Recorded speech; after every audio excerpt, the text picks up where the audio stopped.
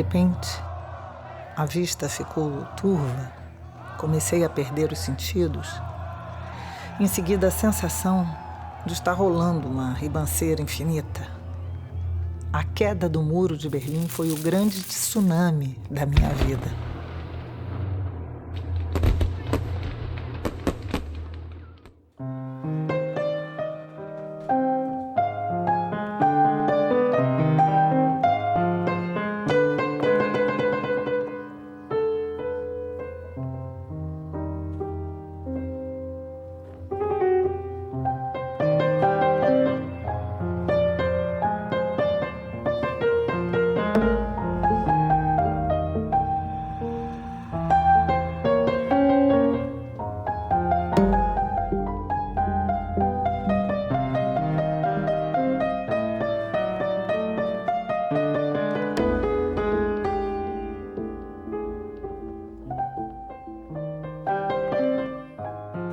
Esse filme, ele é um olhar interior. E esse é um exercício que eu tenho feito desde 1989. Eu pego as minhas memórias e vou em busca da minha própria vida, da minha própria história. Era uma conjuntura muito amarga. Todo o meu mundo que eu construí ao longo daqueles 39 anos se dilui num momento difícil. Eu sempre narrava falando na terceira pessoa sobre eles. E eu resolvi, com esses caquinhos de vida que eu fui recolhendo ao longo desses anos, falar de mim. Me angustiou profundamente o fim do socialismo real. Não que eu fosse a favor de muros, eu sempre fui contra os muros. Visitei a RDA, conheci, e me angustiava aquela coisa das famílias não poderem se reunir. A queda daquele muro significava não um mundo de congraçamento, um mundo de paz, mas representava exatamente a vitória do capitalismo sobre o socialismo. E eu que me preparei a vida inteira para viver e ajudar a construir o socialismo, vi naquele momento o fim de um grande sonho.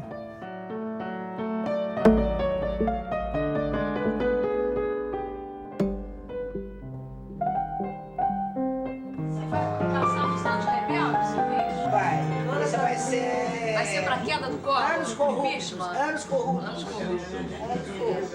O presidente vai comentar o relatório da CPI e também vai tentar passar segurança. O presidente vai dizer que tem aliados e votos suficientes para derrubar um processo de impeachment no Congresso Nacional. O vice-presidente Itamar Franco admitiu hoje que não está preparado para assumir a presidência da República. Ele disse que, se estivesse preparado, teria sido candidato ele próprio a presidente. Para Itamar, o país vive uma crise muito grave, mas quer que as instituições sejam mantidas e que a normalidade democrática prevaleça. O vice-presidente passa o fim de semana em Juiz de Fora e só retorna a Brasília na tarde da próxima segunda-feira. Minha vida estava um caos. Collor estava sendo expulso da política e o país mergulhava na instabilidade mais uma vez. Minha mãe tinha sofrido um AVC. Estava presa a uma cadeira de rodas.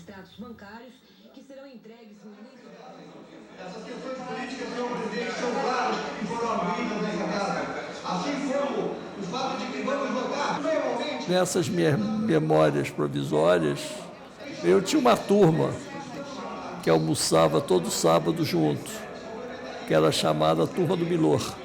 A gente comia nos restaurantes e ficava a tarde toda jogando conversa fora.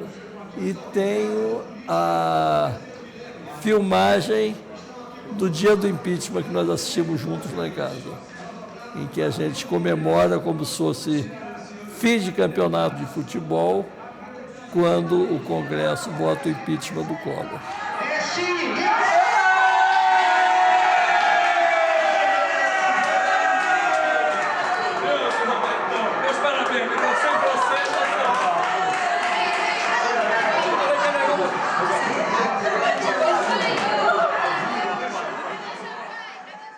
Esse é um processo que começa em 89, mas que é um processo que vai acontecer até 91, com o fim da União Soviética, né?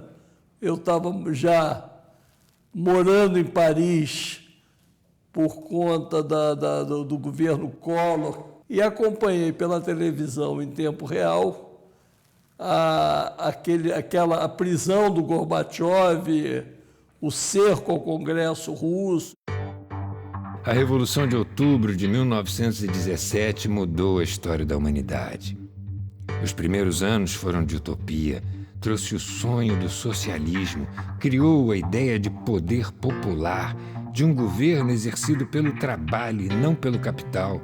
Foi um divisor de águas na forma de pensar a política, fomentou os partidos proletários e seduziu os intelectuais. Os que lutavam pelo comunismo fora da União Soviética, devotos e obedientes à pátria-mãe do socialismo, ignoraram os crimes cometidos. Apesar do desencanto com a União Soviética, muitas coisas não seriam possíveis sem ela.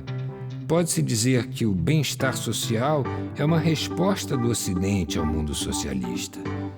Não podemos pensar a vitória no Vietnã e a descolonização dos países africanos sem a participação dos russos. Não éramos pró-soviéticos, mas dependíamos muito deles.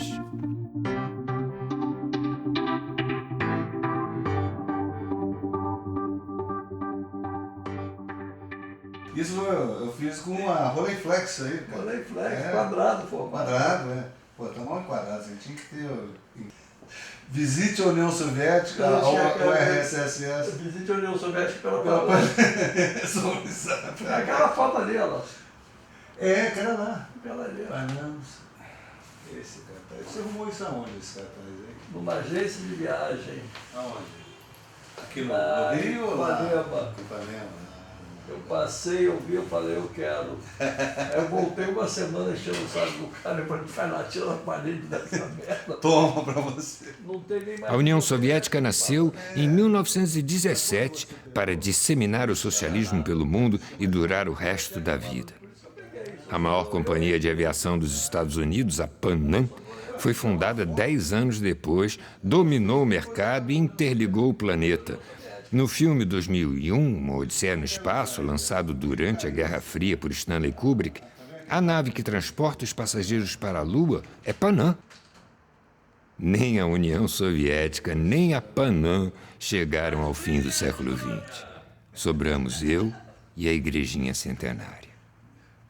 Você chegou a aprender alguma palavra em russo, né? Spasiba. Spasiba. Pajalsta. O que quer dizer? Rabotna. Obrigado de nada. Spasiba. Obrigado. Pajalsta. Ah, é? Deixa eu dar um sal aqui. Gosta de dar um sal, vou querer um desse pra mim, viu? Tá lindo? Você mandou.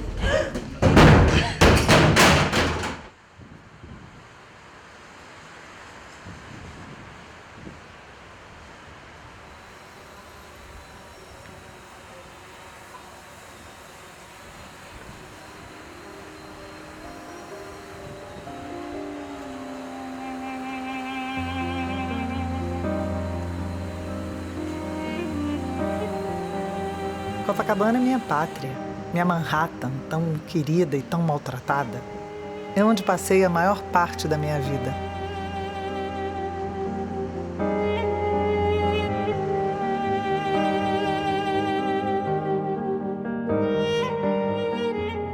O que é a memória? Uma construção seletiva, traiçoeira, desorganizada, não linear, imperfeita.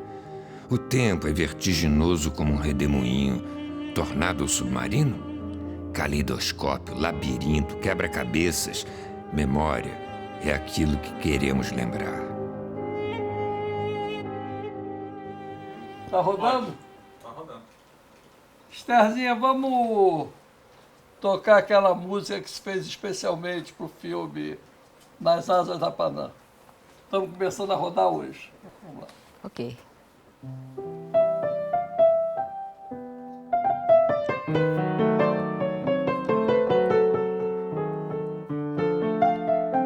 Difícil falar sobre meus pais, Adolfo e Sara, fazer um inventário de histórias. Meu pai tinha um armário cheio de câmeras fotográficas e filmadoras. Quando eu era criança, não entendia aquilo, porque pouco via o meu pai fotografar.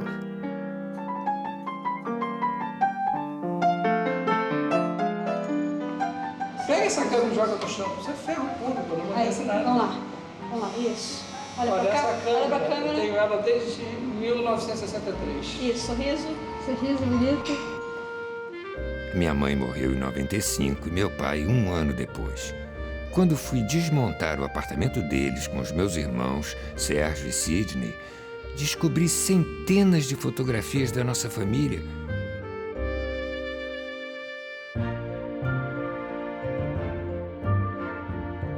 Ele era um baita fotógrafo ali, escondido. Do patrimônio deles, talvez eu tenha ficado com a parte que me dá mais prazer: a memória. É uma experiência profunda que me permitiu pensar nos meus pais. Há uma certa poesia nisso. Descobri que aquele casal que vivia em conflito dentro de casa se amava profundamente, curtia muito a vida. Eles viajaram o mundo todo. Meu pai passou a vida fotografando a minha mãe em imagens lindas.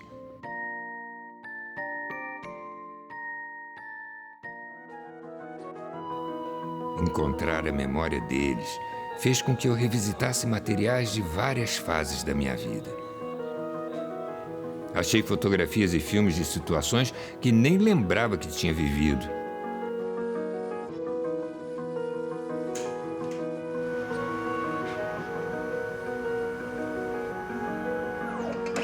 Olha meus cabelos. Separa todas essas fotos.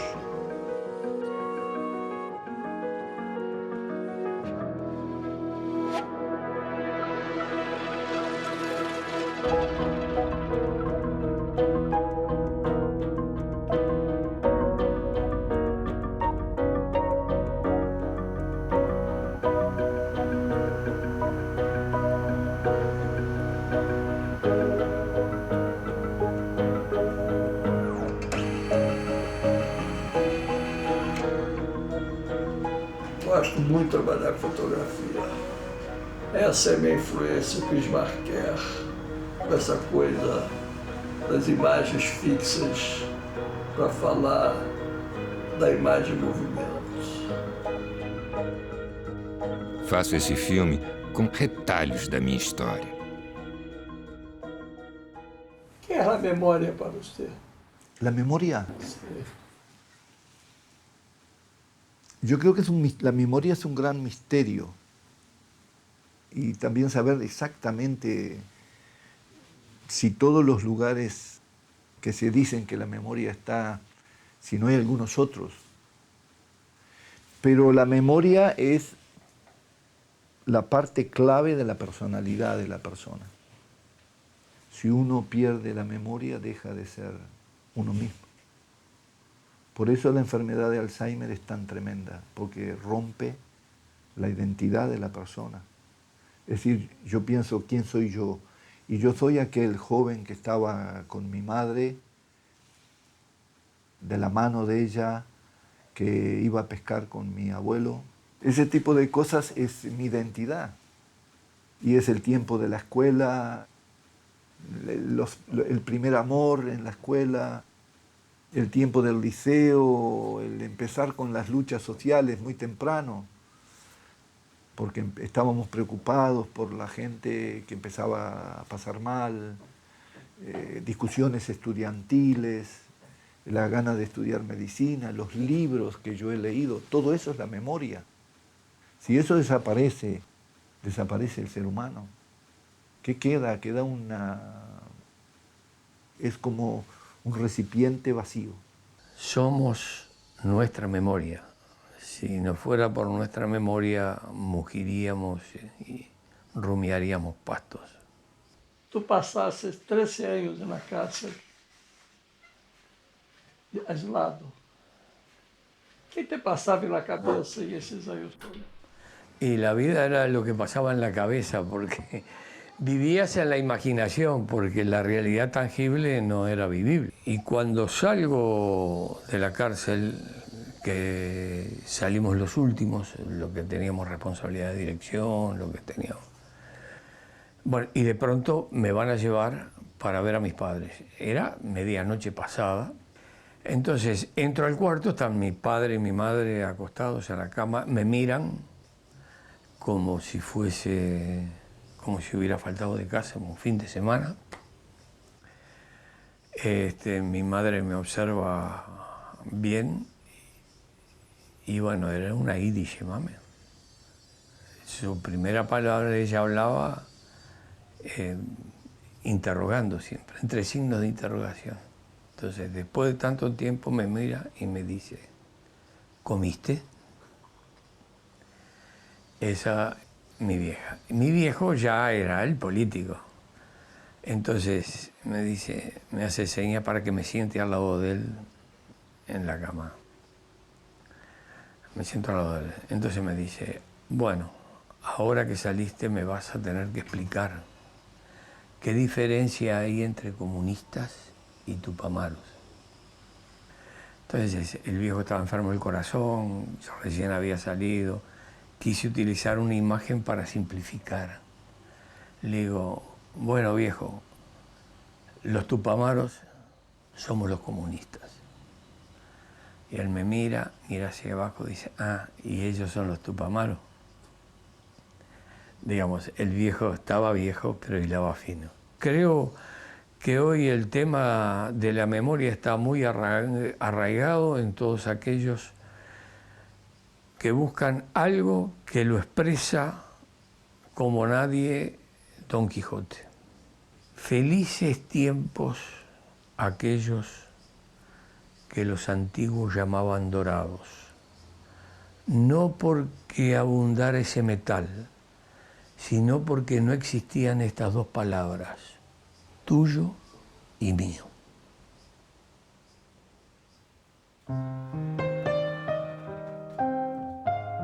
Sempre fui fascinado pelos álbuns de família. Vocês me acusam de acumulador, e eu acho que eu sou, mas eu acumulo coisas muito legais.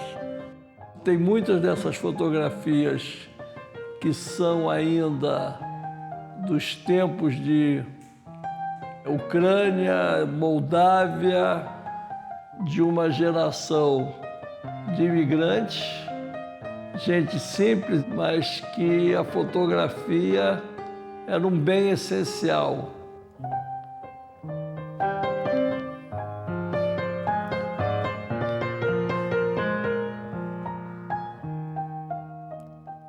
Minha educação foi método Woody Allen, absolutamente confusa e nada careta.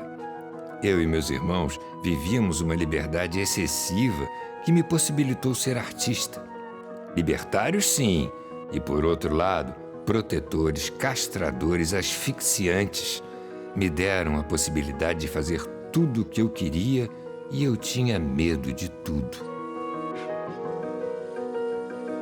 Meus avós paternos, Marcos e Rosa, saíram de Mogilev, na União Soviética, em 1928, fugindo do socialismo, da perseguição aos judeus e buscando a prosperidade das Américas.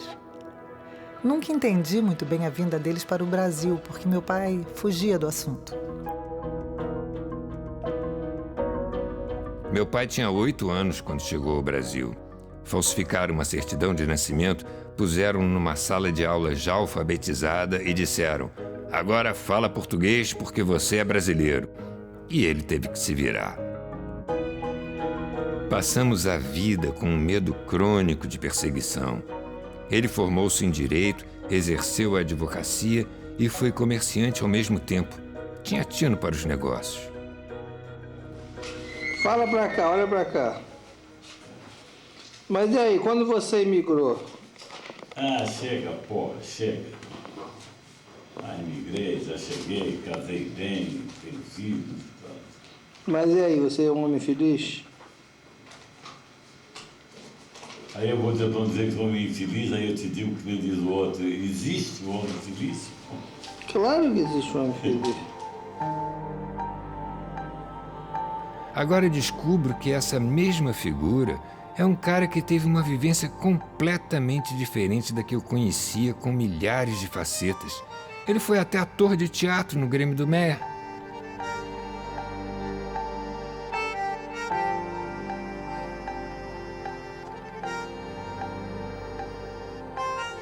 Tem essa formação judaica minha, meio leiga. Nós não somos religiosos, nós não somos kasher, nós frequentamos a sinagoga nas datas fundamentais, e é essa simbiose que me faz o que eu sou. Criatura maravilhosa. Você quer ver minha mãe de touquinha na cabeça? É uma graça. Não, fala da sua mãe. Fala o que você acha de verdade da tua mãe.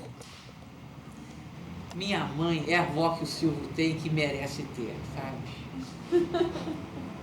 Não é, Silvinho? Você tem a avó que você merece.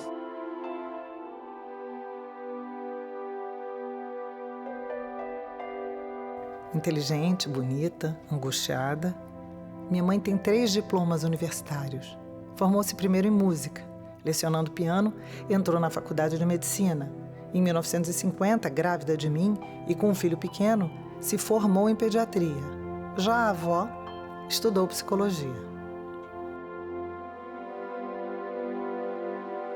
Meu avô materno, Vladimir, na União Soviética, e Valdemar, aqui, veio da Ucrânia. Aqui ele conheceu a minha avó, Ana, que tinha vindo com a família da Bessarábia. Eles moravam na aldeia campista, um enclave entre a Tijuca e Vila Isabel. Era lá que eu ficava enquanto minha mãe ia trabalhar. Soltava pipa, jogava bola de gude e tinha vida de moleque. Eu ouvia radionovelas com ela, sob o patrocínio de Creme Pond's, leite de rosas e anti-sardina. Lembro muito dos banhos com sabonete Lifebuoy, do pão quente que meu avô buscava todas as tardes na padaria e do biscoito jacaré. Ali, no meu refúgio de infância, comecei a sonhar em ser artista. Pela vizinhança, passavam nomes como Noel Rosa, Nelson Rodrigues e Aldir Blanc. Minha avó sempre morou aqui. Do lado direito morava o Gisário, na segunda casa do lado de cá era o Lopes, que era dono de um bar que tinha aqui.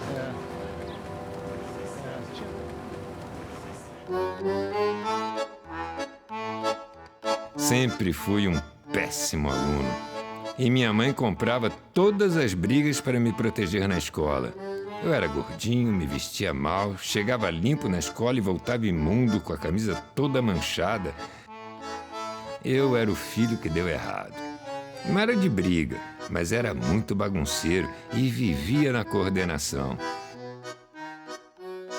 Fiquei em recuperação, que se chamava segunda época, no segundo ano primário, até o 4º ginásio, com exceção do 2º ginásio, quando eu tomei um pau direto. Cada ano do ginásio era uma escola diferente. Meu pai dizia que se eu terminasse o ginásio, ele se daria por satisfeito. Me formei em uma espelunca em Copacabana que aprovava com média 4. Eu quero você menino lá atrás, aparecendo as suas primeiras rebeldias. Eu era um sonso. No primeiro ginásio, eu ficava lendo revistinha de sacanagem durante a aula. Eu começava o ano letivo sentado na primeira carteira. Na terceira aula eu já estava na 5ª e na 4ª aula eu já estava lá atrás.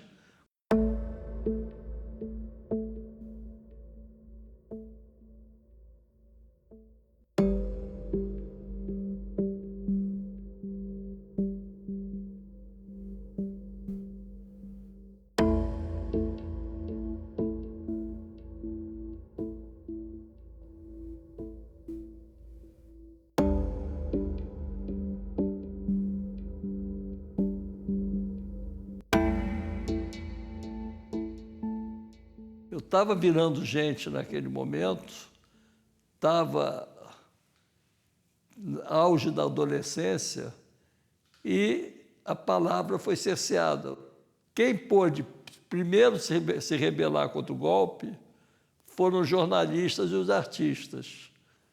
Eu, jovem curioso de classe média, politizado, que eu te falei, eu fui criado numa casa de politizado, eu li as páginas da política dos jornais desde os 10 anos de idade, eu começo a querer entrar nessa onda.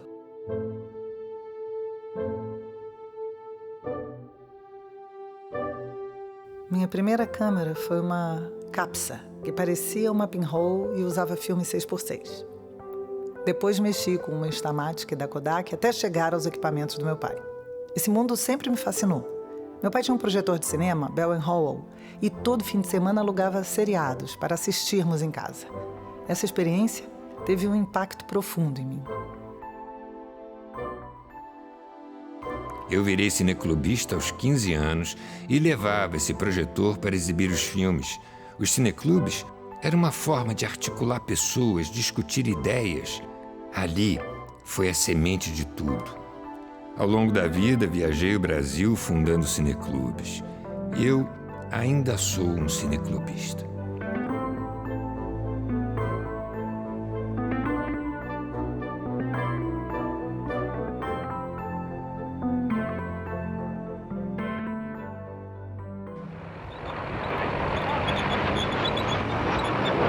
Aos 17 anos, em 67, Israel entrava em guerra com seus vizinhos.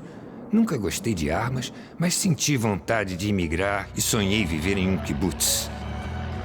O humanismo judaico me moldou e me levou ao socialismo. Os movimentos sionistas tinham várias tendências. Meus pais sempre foram progressistas e antenados com política, mas tinham o cagaço típico da classe média e proibiram que eu fosse. Revolta e decepção.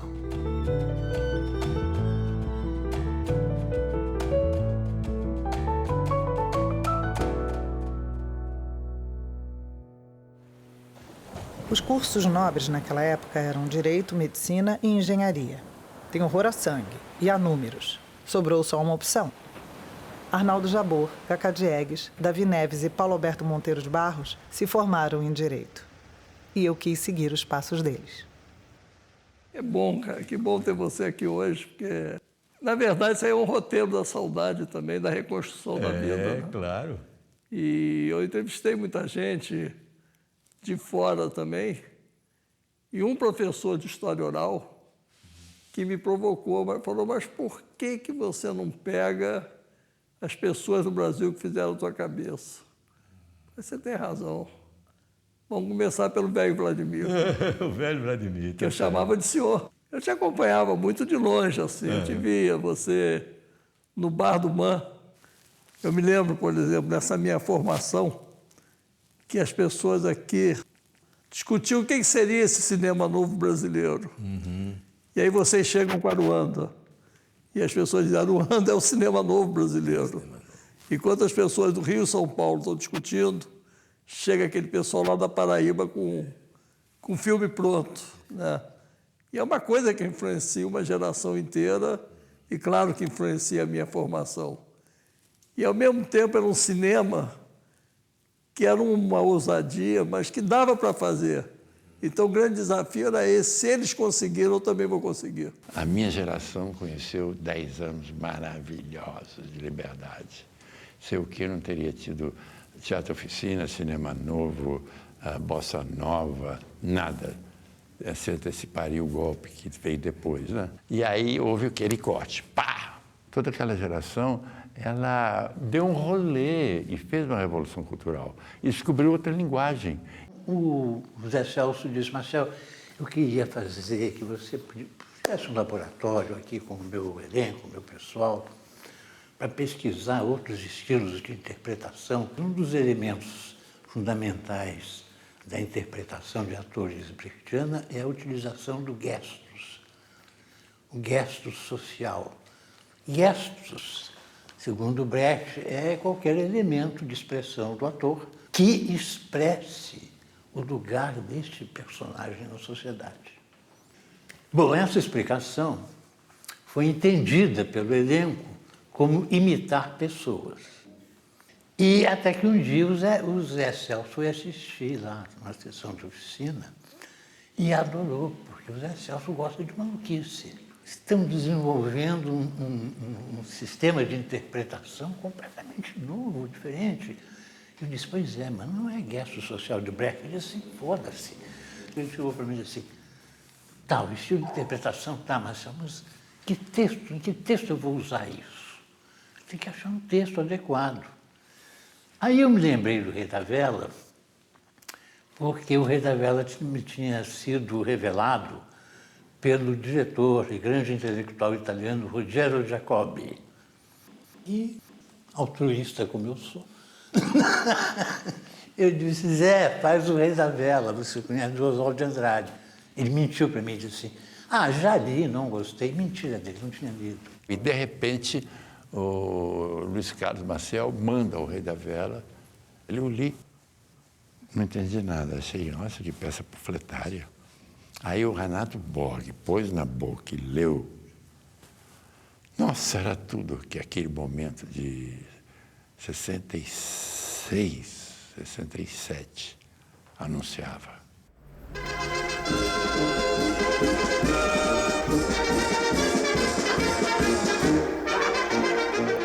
Vocês filmaram o espetáculo um pouco também? Filmamos ontem. Que bom. Filmamos todo.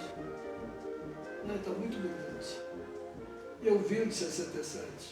Pois é. Quando vocês entram em cena, quando você entra naquela coçadinha do saco. Você vai, pronto? Eu comecei a chorar. É minha história. É, sem dúvida. É minha história. 60, tinha 17 anos. Por incrível que pareça, infelizmente, agora ele está mais vigente do que em 67.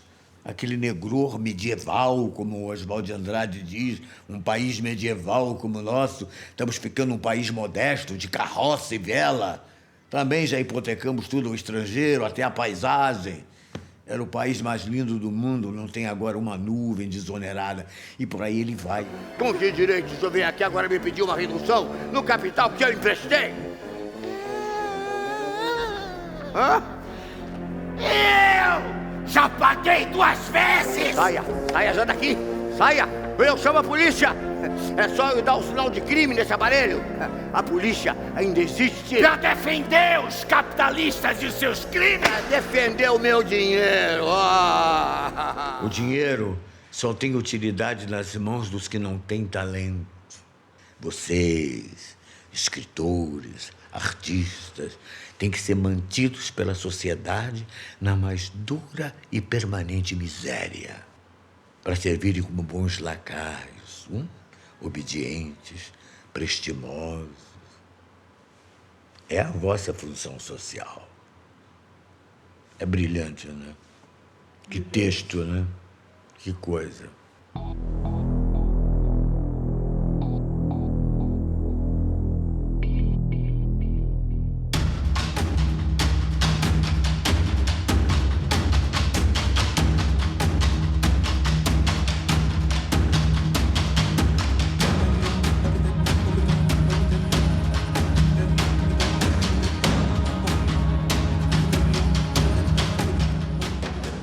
Eram tempos vertiginosos de protesto e de prazer, de ditadura e de celebração.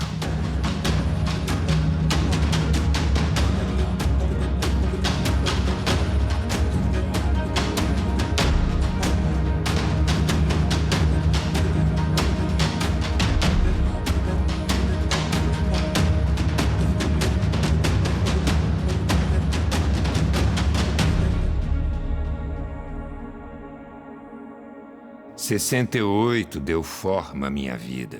Foi o ano das descobertas, dos meus 18 anos. Ali eu amadureci.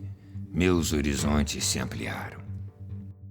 Logo no começo do ano, eu vivi momentos intensos, como no enterro do estudante Edson Luiz. Eu estou ali, na rua, como manifestante. Só encontrei essas imagens em 84, no final da montagem do meu filme Django, depois de conviver com estas cenas durante anos na moviola. Agora, pela primeira vez, elas estão em um filme meu. Cultura estava na moda e cinema era grande arte. Respirava neorrealismo italiano, nouvelle vague, cinema novo. Discutia, lia e sonhava com a possibilidade de fazer filmes. Meus pais fizeram uma longa viagem pela Europa e Japão em 68.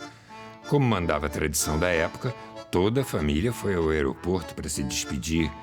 Meu pai estava vestido como um típico turista, alinhado, com chapéu e gola rolê. Era a primeira vez que ficaríamos tanto tempo sozinhos, e meu irmão mais velho ficou responsável por administrar a casa. Com o dinheiro que eles deixaram, comprou um Cadillac conversível que bebia litros de combustível, e eu transformei um dos 2 banheiros em laboratório de fotografia. Achei que tinha virado adulto e comecei a fumar. Diante do caos, meus pais tiveram que antecipar a volta. Meu pai trouxe para mim a minha primeira câmera fotográfica profissional, uma Pentax com uma lente normal, uma olho de peixe e uma teleobjetiva.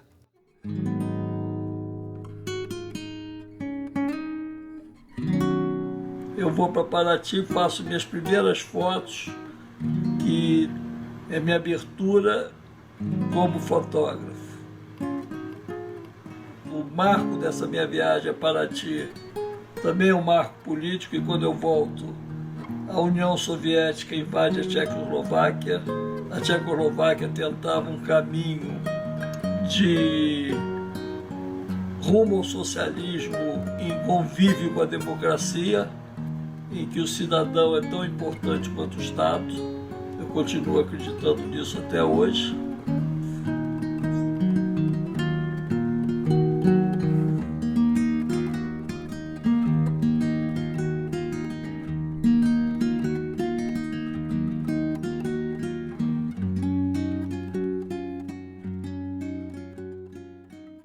A gente pega essa via de continuidade da sua vida, a gente vai poder pensar que cada parcela que você recorta, ou seja, cada filme, cada fato, cada amigo, está num projeto continuado de vida.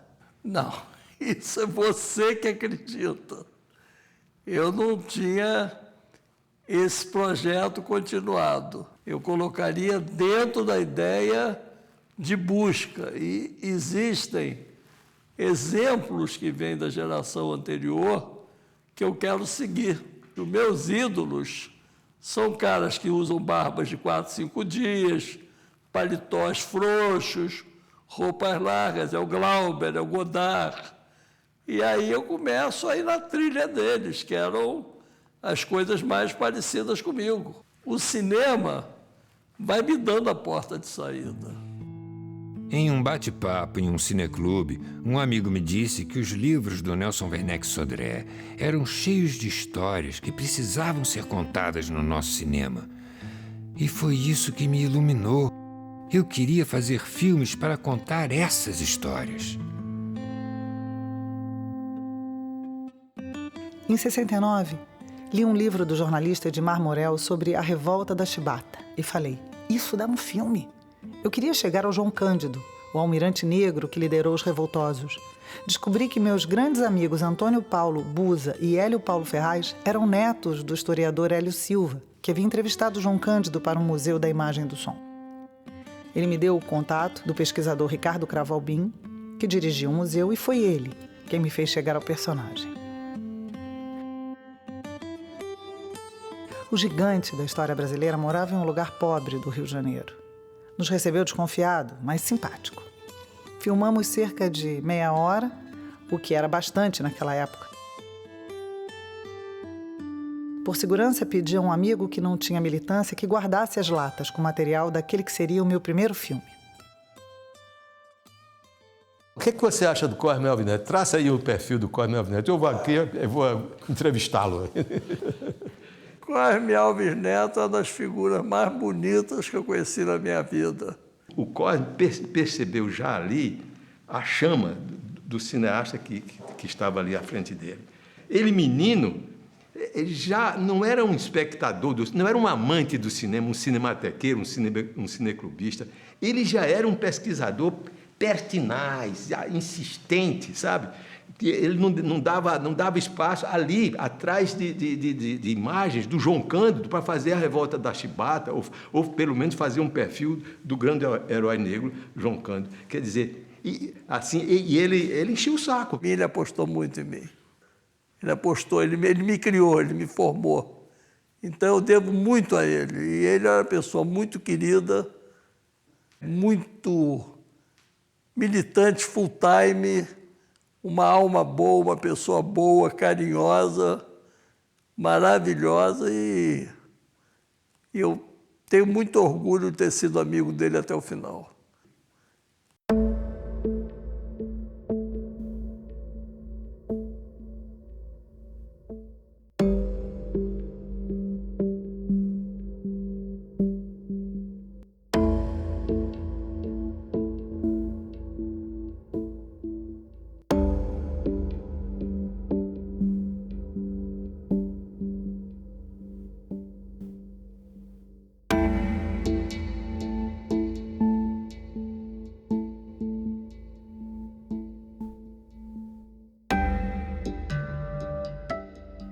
Eu volto da faculdade, umas 3, 4 da tarde, toco a campainha, minha mãe abre a porta, e aí atrás dela tem 2 caras de terno. Aí eu entendi tudo. Aí eles perguntaram, esse aí que é o Silvio? Minha mãe já tinha acalmado ele, já tinha dado um uísque e tal, eles estavam mais tranquilos. Ela falou, não, esse é o Sérgio. O irmão? Meu irmão. Aí eu entrei, fui lá para dentro, tinha um telefone que ninguém sabia lá em casa, só no quarto dela. Liguei para meu pai e falei, olha, a polícia está aqui em casa. E aí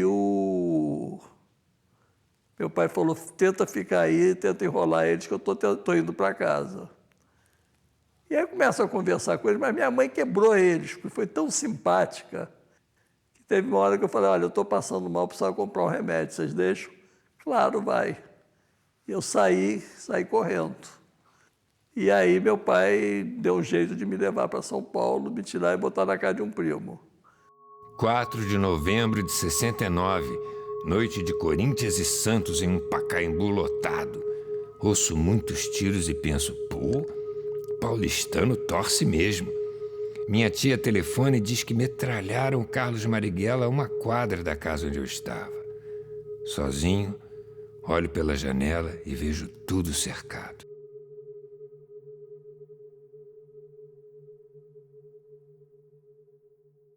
E aí, já num desespero brabo, chegou a sair nota no jornal, convocando para depor em IPM.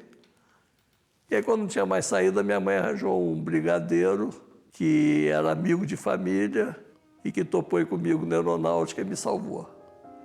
Quando a repressão se voltou contra nós, a mulher do meu amigo, que tinha guardado as latas da entrevista com o Almirante Negro, ficou com medo e queimou os filmes. Foi um golpe duro. No dia do último depoimento, depois que saí da sala do IPM, li que João Cândido havia morrido e chorei. Essa foto é o único registro do nosso encontro.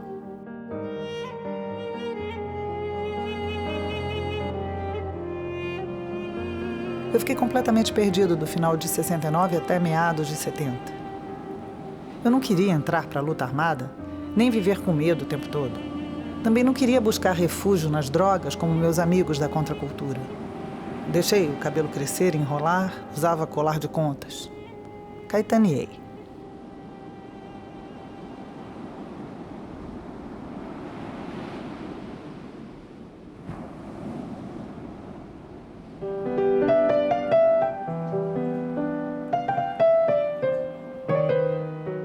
No dia 5 de setembro de 1970, os jornais anunciaram a eleição do candidato socialista Salvador Allende para a presidência do Chile, um marxista, eleito através do voto direto na América dos Generais. Aos 20 anos, apontei para o mapa, bati o dedo no Chile e disse, é para lá que eu estou indo. O Chile era então a meca dos revolucionários sul-americanos que buscavam refúgio fugindo de ditaduras atrozes. Allende tentaria fazer a transição para o socialismo em liberdade e o povo chileno cantava e dançava a nova sociedade que se anunciava. Santiago foi a minha casa durante 1 ano e meio em um exílio voluntário que faz parte das melhores lembranças da minha juventude.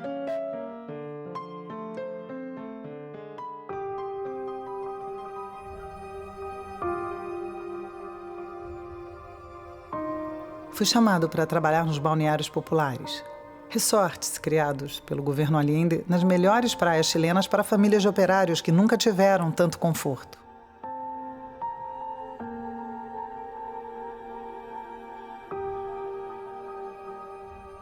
O Guaraya, cineasta conhecido como El Salvaje, estava fazendo um filme sobre os balneários e fui colocado como seu assistente, uma forma de me enturmar no projeto. Me tornei um cronista de uma das coisas mais bonitas que vi na vida. O socialismo com liberdade era um choque para alguém que vinha de uma ditadura e eu estava deslumbrado com a realidade chilena.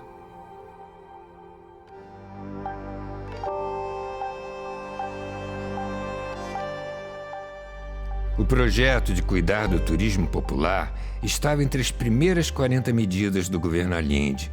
Em 2 anos, 20 spas foram construídos a toque de caixa na costa chilena. Era a concretização de um sonho inatingível para os trabalhadores pobres. Cada família ficava 15 dias nessas cabanas de pinho em forma de A. Os refeitórios, banheiros e enfermarias eram de uso coletivo para estimular vida em comunidade.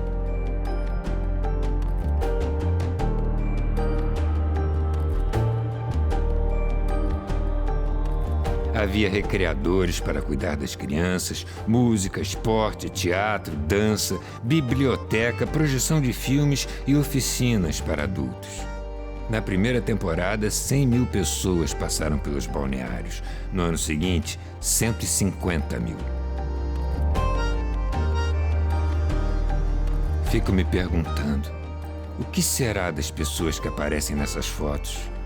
Onde andarão esses meninos que tinham 6, 7 anos?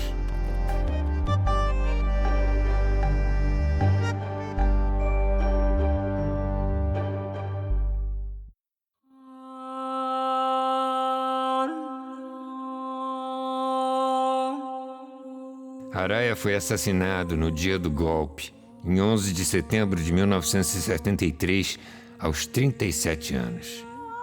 Depois da queda de Allende, as estações de veraneio serviram de campo de concentração para presos políticos e de acampamento de verão para agentes da repressão.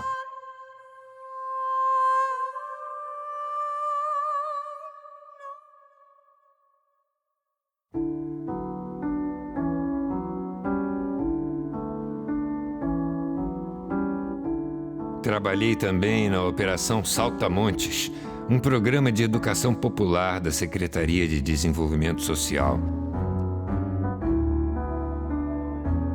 A Unidade Popular tentava conscientizar através da arte e da cultura os moradores das poblações, os bairros pobres, sobre a necessidade de mudar o sistema que os explorava.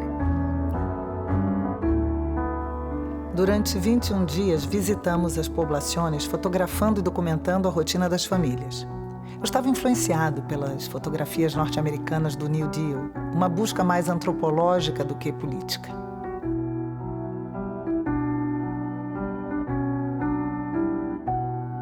Nas fotos que eu mais gosto, as pessoas estão em primeiro plano, como essa das crianças. Ou a da mãe, que penteia a filha.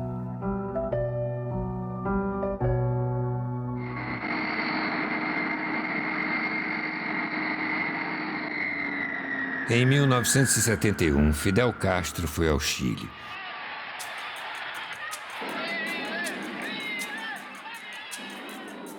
Foi a primeira vez que visitou um país sul-americano após a expulsão de Cuba da OEA, no início dos anos 60, logo após a Revolução Cubana.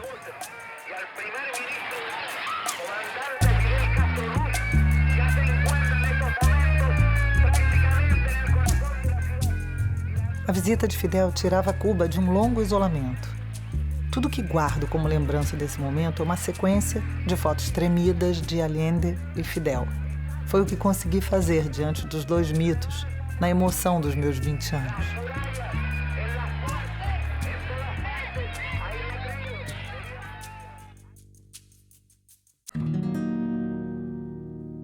Minha geração não queria viver pela Revolução. Ela achava que ia morrer por ela.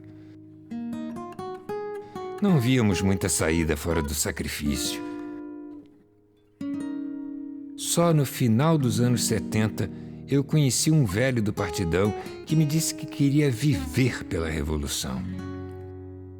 Em 71, eu achava que ia morrer de susto, de bala ou vício, como em Soy Louco por Ti América.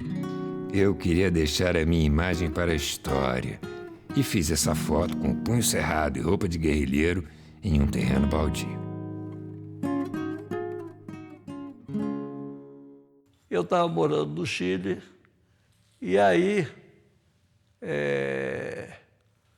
tinha meus amigos lá.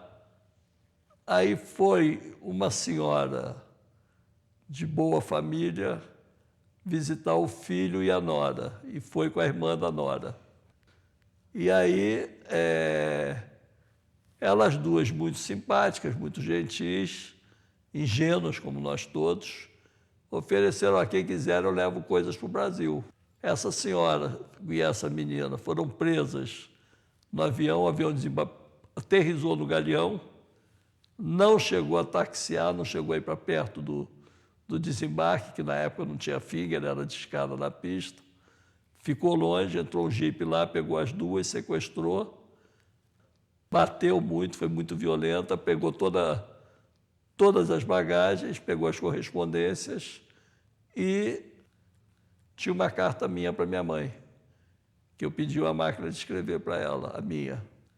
E aí eles entenderam a máquina de escrever como metralhadora, invadiram o meu apartamento, prenderam minha mãe foi parar no doicode na Barão de Mesquita, foi humilhada, e meu pai foi com ela, mas meu pai ficou num canto e ela foi humilhada, foi colocar aquela venda nos olhos dela, e ela também não sabia de nada, e aí depois ela conseguiu sair, mas ela ficou traumatizada o resto da vida.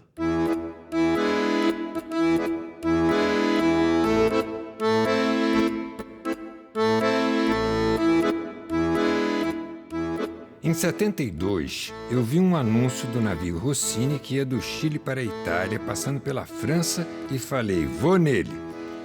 Eu precisava viver meu sonho de ser cineasta. Chamei um amigo meu, Crico, que estava doido para ver novos mundos, e no navio conhecemos Fernand Tessier, um pintor surrealista, que foi nosso primeiro contato na França. Paris dos Rescaldos de 68 era a esquina do mundo. Vinha gente de toda parte e havia muitas manifestações políticas contra a guerra do Vietnã, a ditadura na Espanha e no Brasil. A França militava no sonho da revolução permanente e isso era contagiante. Em Paris, eu morei com um grupo de jovens brasileiros transgressores e cheios de sonhos. O Jair, o Crico, o Wilson e o Djalma. O apartamento ficava perto de Montparnasse, no fim do Jardim de Luxemburgo. Chamávamos o lugar de Colina, porque não havia elevador e os 5 andares eram subidos pela escada. Até o 5º andar era um prédio de luxo, onde morava uma burguesia de esquerda. No 6º, onde ficava a Colina, estudantes e trabalhadores se apertavam em cubículos com banheiro coletivo no corredor. O Jair foi quem nos levou para lá, e ele morava no melhor quarto, que tinha uma pia usada para tudo, de cozinhar a tomar banho.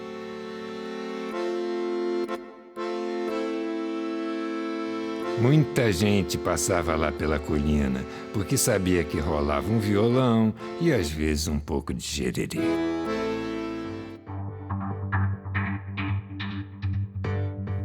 Chegando na França, o Fernand me apresentou a uma amiga, a Ulrike Oettinger, que tinha uma galeria de arte em Constanz, no sul da Alemanha. Ela e a companheira me chamaram para fotografar um filme dadaísta que estavam fazendo. Não tinha remuneração, mas era uma forma de eu me enturmar na Europa. Foi minha única experiência com fotografia de ficção. Eu usava um casaco de couro, fumava charutos e imitava gente grande, mas tinha 22 anos e era infantil. O Crico foi como meu assistente, e minha mãe, que tinha ido me visitar na França, foi com a gente para a Alemanha.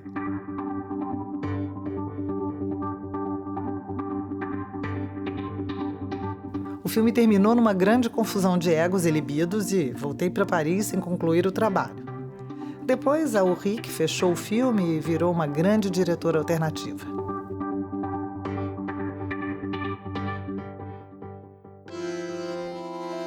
Consegui um trabalho de monitor de uma colônia de férias para filhos de imigrantes portugueses e crianças francesas. Ficava em Vassieux-en-Vercors, que foi palco de lutas entre os maquis e os soldados alemães durante a Segunda Guerra Mundial. Era uma região linda, cheia de cidades históricas, montanhas, grutas. Foi um mês fantástico. Quem conseguiu esse trabalho para mim foi o casal de argentinos Eudita e Juan Pablo.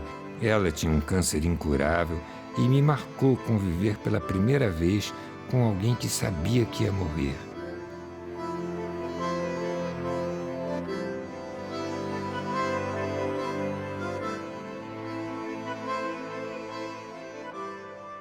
A Teresa eu conheci em Vincennes e ela pertencia a uma certa elite portuguesa. E aí a gente ficou amigo dela e ela introduziu a gente naquela roda portuguesa e apresentou as irmãs dela. A Teresa foi muito importante na vida da gente. E depois ela voltou para Portugal com a Primavera dos Cravos e fez um circo em Lisboa, começou a recuperar menores infratores. E aí, nessa história, ela ficou muito famosa.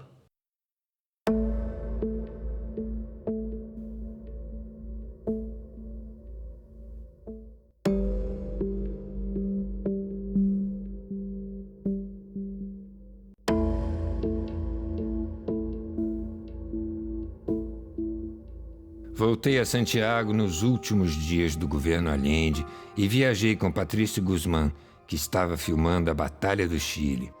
Ele achava que estava documentando o governo Allende, mas acabou registrando o fim do sonho.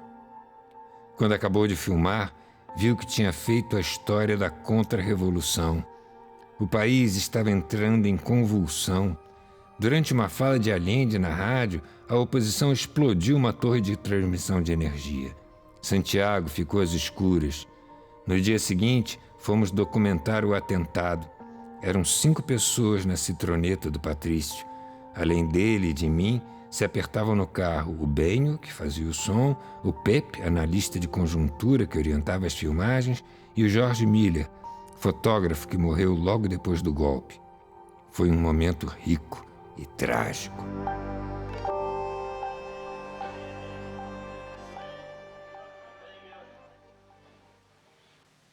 ¿Por qué tú tienes tanto interés por la memoria? Porque viví una experiencia revolucionaria tan atractiva, motivadora, interesante, que nunca la olvidé y he quedado para siempre prisionero de ese recuerdo y de ahí es que comenzó mi interés cada vez mayor por la memoria. ¿Y cómo fue la historia de hacer la historia de la Revolución Chilena que al final se termina como la contrarrevolución, la batalla de Chile? Yo vivía en España, yo había estudiado cine en España y llegué a Santiago y traía guiones escritos, ¿no? Guiones de ficción que yo había preconcebido en Madrid, todo, bonitos guiones. Pero cuando vi lo que pasaba en la calle, cuando vi la energía que había en las fábricas, las asambleas, la música, los cantos, los mítines, Allende hablando, tú decías, pero es absurdo hacer estos guiones. O sea, disfrazar actores con trajes, construir decorados y maquillar a la gente mientras está pasando esto por la calle no tiene ningún sentido. Ese era un momento de cine documental. La ficción no servía para nada, la ficción. Había que salir a la calle a registrar lo que ocurría. Esa primera impresión la tuve quizá porque venía de afuera. Es muy interesante cuando haces un documental tener la buena distancia. Diga, es una contradicción porque tú haces algo porque lo quieres, por lo tanto estás muy cerca, pero al mismo tiempo tienes que estar un poco lejos para poder trabajar mejor. Y como yo venía de afuera, me di cuenta de la temperatura que había y dije, esta temperatura es la mejor que hay. La película la empezamos a hacer como si fuera una fiesta y terminamos filmando una pesadilla. porque mientras más cerca del golpe estábamos, era más duro filmar, no hablábamos. Cuando íbamos en el vehículo, yo iba conduciendo, el flaco Miller iba a mi lado, callado, iba limpiando los objetivos, ¿no? Qué sé yo, soplando, y atrás el sonidista mudo. Y nosotros sabíamos que algo nos podía pasar, ¿no? Íbamos a filmar los camioneros, que eran agresivos. Entonces no nos atrevíamos a devolvernos porque hubiera sido feo, ¿no? Pero al mismo tiempo no queríamos llegar. Y lo filmábamos casi por obligación. Eso duró bastante tiempo.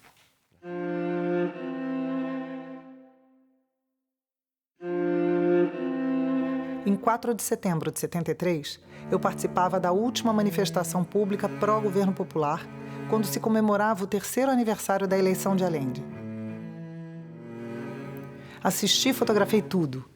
Em um palanque, em frente ao La Moneda, Dom Chicho, como Allende era carinhosamente chamado pelo povo, reagia, ora vaidoso, ora emocionado, ora preocupado, ora com ironia, dependendo das palavras da multidão.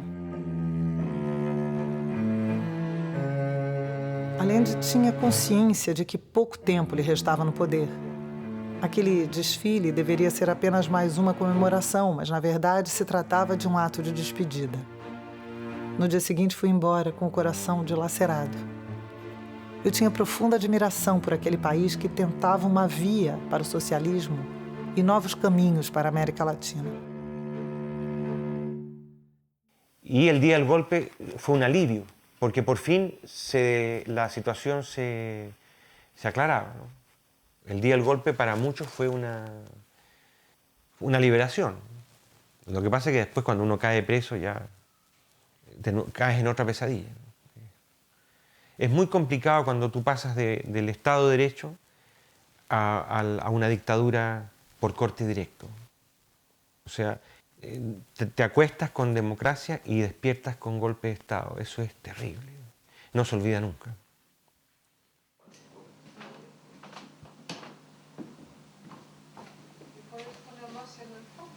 Sí. Eu pongo aqui com Patrícia, Dom Patrício Gourmand. Sí, porque tapamos la ficha. Ah, sí. Uma foto los dois de pelo blanco já. Sí. Tenemos uma foto parecida em Leipzig. Tenemos una foto, sí. Sí, eu tenho uma foto tuya em Leipzig, nosotros dos.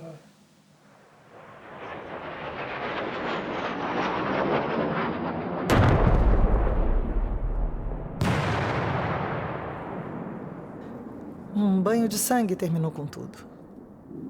Parte do meu cinema tem embutido esse mundo que vi, vivi e sonhei no Chile.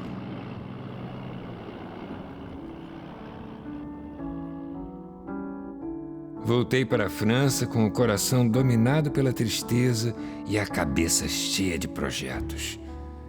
O acaso e a cara de pau me fizeram conciliar minhas grandes paixões: cinema e história. Eu vou para a França estudar coisas alternativas. E aí eu procuro Pierre Cast, que eu tinha a irmã de um amigo meu, ele era completamente apaixonado por ela. Procuro ele me apresenta ao Jean Rouch. E o Jean Rouch me dá os documentos para eu me matricular num curso que ele tinha no Museu Guimet para cinema e para ciências sociais. E aí eu consigo minha documentação francesa. Eu procuro o grupo do Chris Marker. E aí o grupo do Chris Marker me acolhe fraternalmente, inclusive o próprio Chris. E eu um dia estou andando na rua, encontro um amigo meu, que não tinha o que fazer, falo, você está fazendo o quê? Falei, eu estou indo ali em Jussé, eu vou me matricular no curso de História. Aí eu falei, eu vou com você. Aí eu fui junto com ele, gostei e me matriculei também. E foi aí que eu me descobri na história. É o tal do acaso que você fala. O acaso me persegue para o bem. Né? E aí eu fiz escola de altos estudos, fiz o curso do Jean Rouch no Museu Guimet, que era Escola Prática de Altos Estudos. Fiz História em Jussé, que eram os grandes historiadores da esquerda na época, porque quando a Sorbonne fragmentou, eu ainda tentei frequentar um pouco Vincennes, Mas Vancene era muito zoneada. Eu era mais careta. Até hoje, procuro pistas da minha professora de História Medieval, Danielle Lecoq. Ela estudava os rituais de morte na Idade Média. Fizemos uma viagem para conhecer pequenos povoados no interior e visitamos igrejas centenárias que conservavam painéis e pinturas dos rituais antigos. Ela é uma pessoa muito querida que me ensinou muito, mas nos perdemos no tempo. Em 66, começo a frequentar a Cinemateca do MAN. Um dia cai na minha mão um panfleto da Cinemateca do MAN sobre um cineasta holandês chamado Joris Ivens. Eu li, gostei muito daquele texto, gostei das coisas que ele fazia e falei, vou querer ser igual a ele. E aí continuei frequentando o Cineclube, 68, 69. Esse meu amigo que sequestrou o avião para Cuba, teve um Festival da Juventude e da Paz em 68 na Bulgária, ele foi, e aí ele passou por Paris e conheceu o Joris Ivens. Ele convidou o Joris Ivens para uma sessão de cinema e o velhinho apareceu. Então eu tinha essa imagem boa dele. Quando eu fui para Paris, em 72, eu levei o contato com ele. E aí ele foi, me recebeu, marcou comigo, foi me encontrar, pagou o café e tal, me deu toda a cobertura e a partir daí eu entrei nessa praia. Eu ali estava numa bifurcação. Ali eu tinha o caminho do Joris Ivens, que era o cinema político, ou tinha o Jean Rouch, que era o cinema antropológico. E eu optei, mesmo tendo conhecido os dois na mesma ocasião, eu preferi o cinema do Joris Ivens, o cinema político.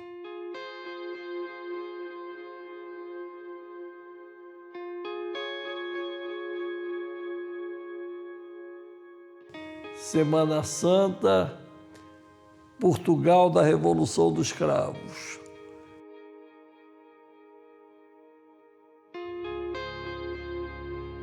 Nós estávamos saindo do golpe do Chile, 73, uma barra muito pesada, e aí, inesperadamente, apareceu a Revolução dos Cravos na história para lavar a alma. Foi um momento mágico, lindo, Portugal absolutamente fotogênica. Era o auge da Revolução dos Cravos. Portugal não tinha um salazarista, ninguém de direita, era todo mundo de esquerda. Era um momento assim, de muita intensidade. Você encontrava militares na rua e havia um congraçamento. Não havia um militar que não fosse de esquerda. E o Partido Comunista era muito forte, o Partido Socialista era muito forte. E as fotos que eu mais gosto são as de Nazaré. E é uma Portugal muito tradicional, né? Então, eu tenho muita lembrança, muito carinho por essas imagens. Apesar de eu ter feito uma viagem muito política em busca da Revolução dos Cravos, a maior parte das fotografias que eu fiz em Portugal não são políticas.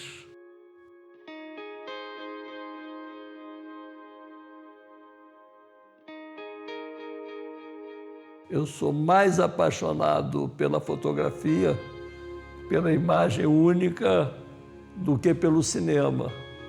O cinema, para mim, é uma forma de expressão.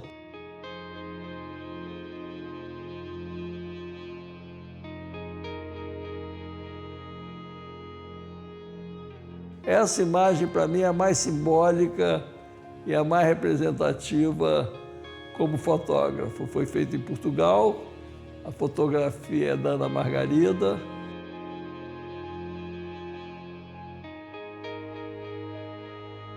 Um casaco de couro que eu adorava, meu charuto de sempre na mão. E essa é a câmera Pentax que me acompanhou desde 1968. Foi com ela que eu fotografei Paraty.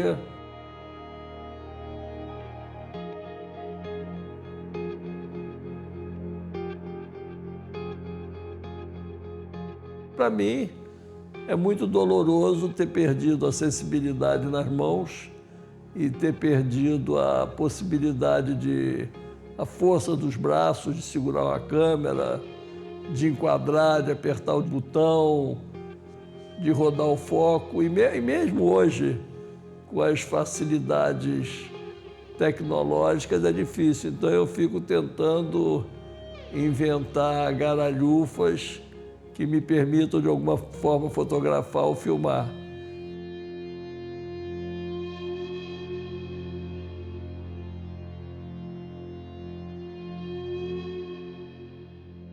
Em 76, eu já tinha feito um filme, tinha trabalhado na rádio, tinha todos os diplomas que eu queria, e aí eu pensei, eu não quero ser mais um estrangeiro aqui. O artista precisa do cara que vive, o cara que vive precisa do narrador. E eu sempre disse para mim que eu ia ser narrador. Todo começo seu é mais ou menos ocasional, e uma coisa leva a outra, e assim você estabelece uma relação de causa e efeito bem imediata. Então, o que acontece no meio de incidente que não é motivado por algum impulso? Os grandes momentos da vida são os acasos, né? Isso daí é uma coisa que o Josué de Castro falou. Eu nunca me imaginei fazendo um filme sobre o JK, e por mais admiração que eu tivesse por ele. Eu sempre adorei o JK, mas foi um convite do Hélio Paulo Ferraz, ele, meu amigo, querido, produtor de cinema, super rico, armador, botando dinheiro em cinema. Eu fui lá pedir grana para fazer um filme, eu não sabia qual, eu queria fazer um documentário sobre a história brasileira. E aí a gente vai afunilando, e ele diz, eu não quero fazer cinema para perder dinheiro. Eu quero fazer cinema para ganhar dinheiro, mas eu topo bancar um documentário. O que aconteceu de mais importante, recente no Brasil? Foi o enterro do JK, então vamos fazer sobre o JK. E você acha que foi por acaso? Foi por acaso, não foi uma construção nem minha nem dele. Sim, mas você você já sabia fazer cinema, você já tinha um preparo. Ser cineasta, sim, mas se ele ali, em vez de me propor o JK, ele me propõe um outro tema, eu faria. Porque eu queria falar da história do Brasil. Essa aí foi a primeira apresentação dos anos JK. E aí eu descubro dentro da sala, não convidei, não conhecia, convidaria com o maior prazer, o Gregório Bezerra, que é um grande herói da minha vida, é um líder camponês que foi preso no dia 1º de abril de 64, foi arrastado pelas ruas de Recife com uma corda no pescoço. Esse aí é o velho Gregório, que saiu da sala eufórico e perguntou, quem é que fez esse filme? Aí eu falei, fui eu. Posso cumprimentá-lo? E eu falei, claro, com o maior carinho. E o Jango explodiu. O Jango foi lançado sem trailer, sem avant-trailer. Não tinha nada porque a gente preparou ele para o Festival de Gramado e todo dia chegava pedido de cópia, a gente botou 18 cópias e ele fez 1 milhão de espectadores. O Jango estourou na época das diretas já. E grandes movimentos de rua e o filme fazendo filas. Eu via meus pais no Cinema Leblon contando o número de espectadores na fila. Foi um negócio inesperado. Isso aí é 1977, Brasília, filmagem dos anos JK. Atrás, Cristiano Maciel, som. No meio, eu e minha camereta. E aqui na direita, o Francisco Sérgio Moreira, que foi o montador dos filmes e que, nesse momento, era meu assistente. Era um cara que havia 2, 3 filmes por dia, trabalhava como assistente na Embrafilme comigo. Aí eu fui demitido por incompetência e ele ficou. Aí comecei a montar o filme e aí os montadores, os grandes montadores, riam de mim e tal, meio que gozavam que eu não era cineasta. E aí eu falei, deixa eu pegar o Chico e vamos lá, ele vai ser chofer da Moviola e nós vamos montar juntos. E fizemos JK. Aí depois do JK fizemos Trapalhões, depois dos Trapalhões fizemos Django. Aí a gente deu uma pausa, ele voltou e montou o Castro Alves comigo. Muitas saudades dele.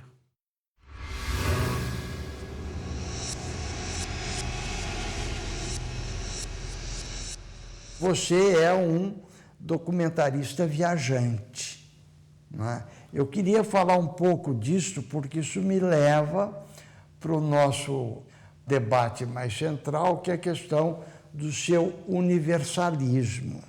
Eu acho que aí entra o lado judaico.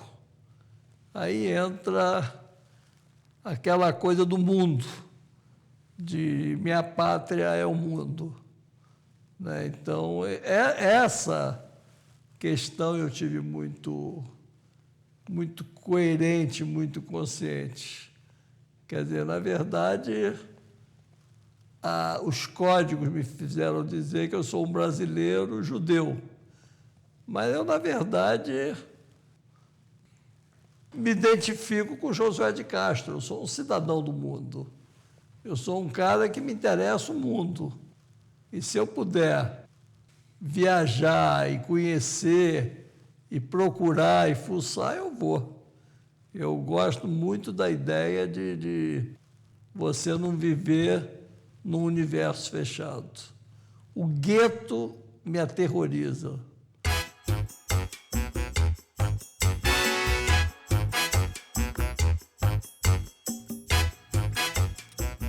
Fui a Cuba pela primeira vez em 82. A Revolução Cubana me fascinava. Era mais fácil entender a língua, os códigos e ficava mais próxima de casa do que a China ou a União Soviética.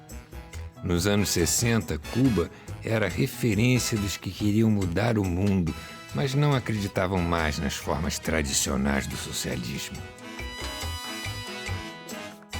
Conheci toda uma geração de diretores que é fundamental para o cinema do continente e para a minha formação também. No Instituto Cubano de Artes e Indústrias Cinematográficas, participei de uma discussão sobre os rumos do cinema latino-americano, onde não faltaram lamentos e reflexões sobre os destinos do mundo. Aqui nós estamos em Varadeiro, num momento mágico. O cineasta Júlio Garcia Espinosa comprou uma Polaroid e ficou todo mundo brincando com a câmera. Ele fez essa foto, que eu uso como ícone do meu e-mail.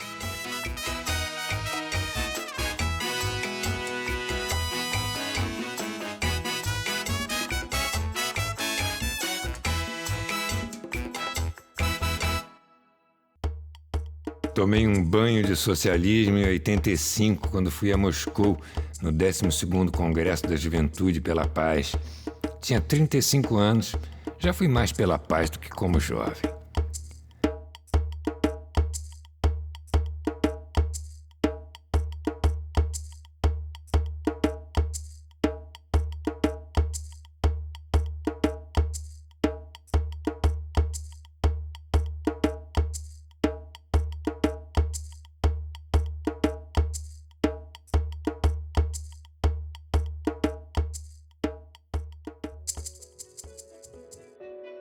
Em 85 também me levou de volta à Alemanha e eu conheci Berlim do outro lado do muro.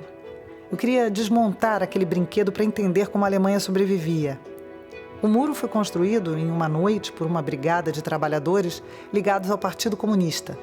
Mas o que levou a que isso durasse décadas e desmoronasse em poucas horas, eu não entendia.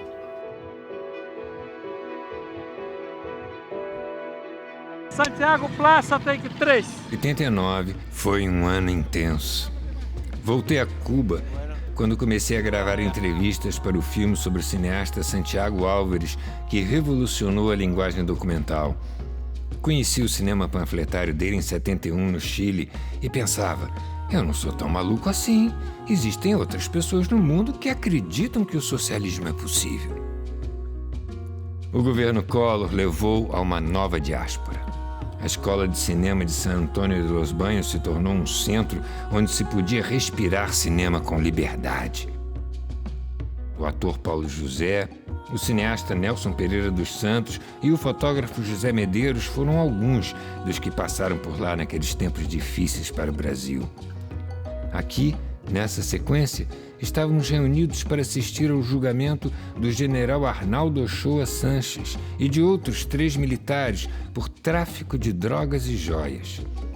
Condecorado como herói da Revolução, o general era um homem fundamental na hierarquia cubana. O julgamento foi transmitido pela televisão como se fosse o último capítulo de uma novela. Toda a ilha assistiu. Ele foi condenado à morte, executado pouco tempo depois.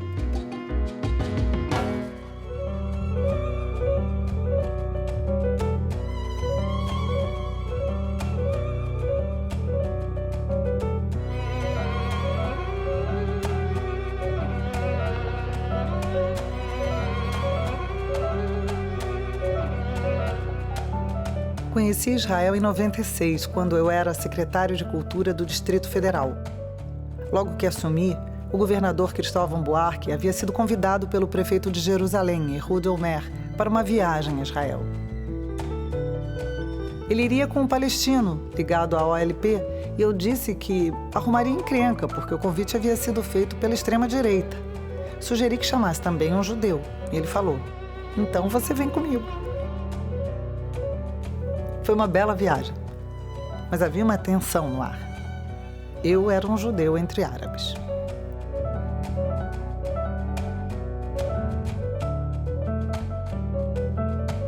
Na Palestina conhecemos o Muro das Lamentações, passeamos pela Jerusalém Antiga, fomos a Gaza.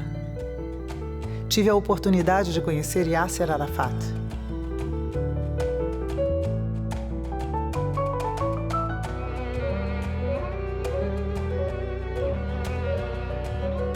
Voltei a Israel no início dos anos 2000 para filmar Utopia e Barbárie. Ali, enfim, conheci um kibbutz. Fracassado o kibbutz, ficavam só o sonho e os personagens que o fizeram.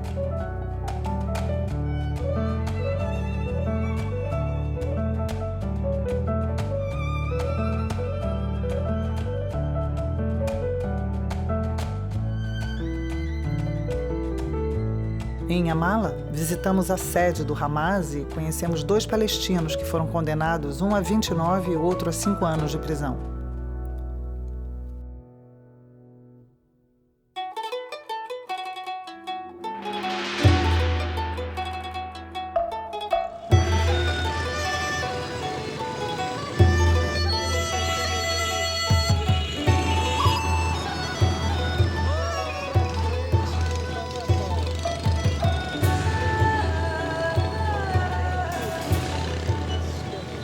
Nos anos 60, o mundo foi incendiado pela luta do Vietnã contra o imperialismo norte-americano. A resistência do povo vietnamita foi um dos catalisadores da minha geração. Quando fiz o ginásio e o clássico, não se estudava o terceiro mundo na escola. Fui aprendendo vida afora. Não quero que essa lacuna faça parte da minha biografia. Em 2003, fui ao Vietnã e acertei as contas com a minha juventude. Aprendi que lá eles usam Guerra dos Americanos e não do Vietnã. Entrevistei o general Giap, o grande comandante militar. Ele era um professor de história, baixinho e comunista, que o líder Ho Chi Minh fez comandante do recém-formado Exército do Povo para combater a presença francesa ainda. Giap tinha 94 anos e era a única pessoa lá que falava o que queria. Ninguém tinha autoridade sobre ele. A entrevista teria que ser em vietnamita, traduzido pelo meu intérprete. Eu fui simpático com ele, comecei a falar em francês e conversamos durante 1 hora. Des mouvements de paysans sans terre. Trocamos presentes, foi bonito. Bela entrevista e belo momento da minha vida. Inglaterra.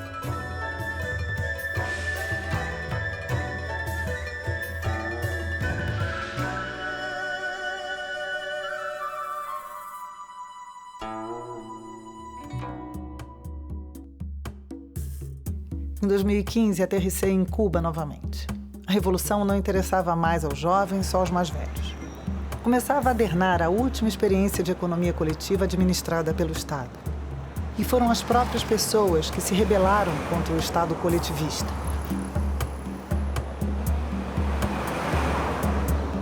Embaixo das marquises dos hotéis, os cubanos agora tentavam pegar uma sobrinha da internet Wi-Fi. A escassez que abalou a ilha no período especial deixou marcas profundas e tornou os cubanos mais individualistas. Perdeu-se o sentido de sacrifício.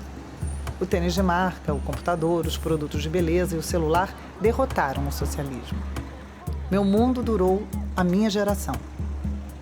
Dentro do possível, Cuba resiste e segue imbatível na área da educação. La lutte finale, nous pour nous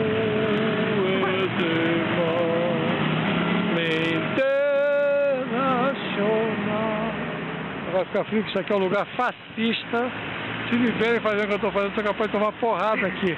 Isso aqui é a região da extrema-direita italiana. Acredito com convicção no socialismo. Eu acho o socialismo o grande caminho da humanidade. Eu vou revelar agora meu segredo, porque o filme é meu, o material é meu, se depois eu quiser eu não solto. Eu sou anarco-castrista marqueriano. Eu acho que o artista não pode ser prisioneiro dos comitês centrais. Eu sou castrista porque, apesar dos pesares, eu tenho um profundo respeito pela Revolução Cubana, e eu sou marqueriano porque a primeira vez que eu ouvi essa expressão anarco-castrista foi em 73 na França, dito pelo Chris Marker. Então, em respeito a ele, que é meu grande guru de cinema, eu posso me dizer hoje anarco-castrista marqueriano. Hay que luchar por una transformación, pero es muy difícil, la transformación no va a pasar de un día para el otro. Yo tengo el optimismo de que podemos mejorar muchas cosas, pero tengo el pesimismo de que no vamos a poder en el fondo cambiarlas.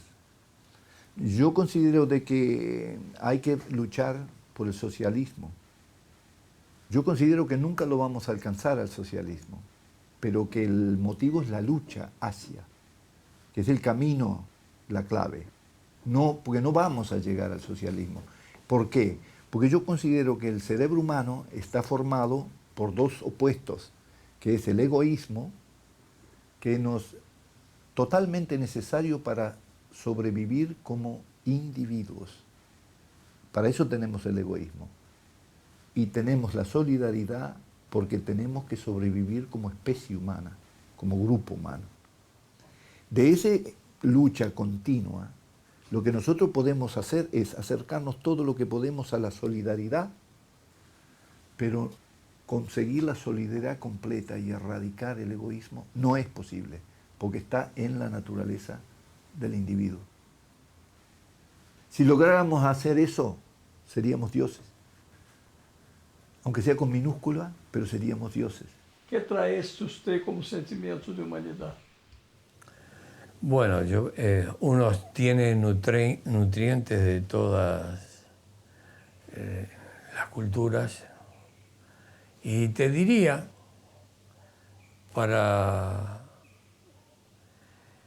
los primeros cristianos eran judíos. Jesús era de prepuciado. Entonces, si tomas el Nuevo Testamento y lees los 4 evangelios, y luego llegas al primer libro después de los evangelios, que se titula Hechos de los primeros cristianos, comienza diciendo: los primeros cristianos tenían todo en común y cada cual retiraba según sus necesidades. Es decir, aquella colectividad era socialista.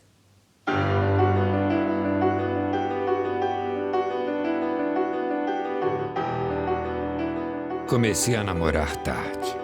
Tímido, gordo, cabelo indomável, sardento e desafinado. Não fazia esporte, não tocava nenhum instrumento, era só pose para fotografia mesmo, e eu não tinha talento especial para nada. Acho que fiz cinema para ter algo de atrativo. No ginásio eu me apaixonava por qualquer garota e ganhei o apelido de Boi Gamado.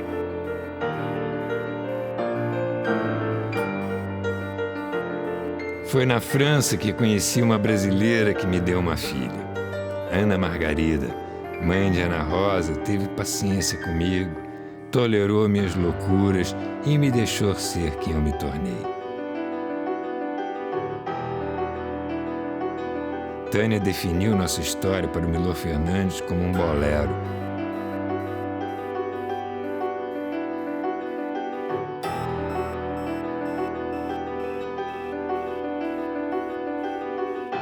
O primeiro infarto a gente não esquece, e Dulce Jane estava comigo quando meu coração pifou.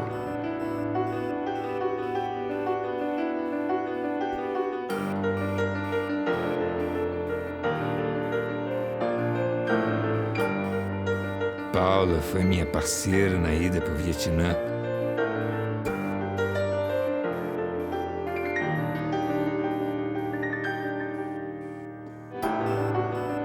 Caterina foi a única com quem eu casei no papel.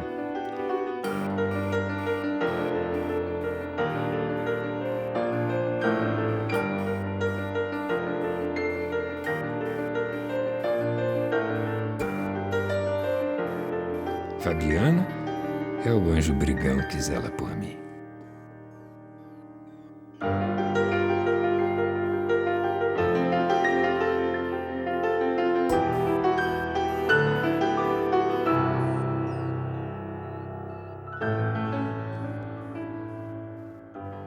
Eu procurei uma caminhada muito solitária. Eu fui muito influenciado por outros judeus também, tipo Allen Ginsberg, que era beatnik, né? Aquela coisa meio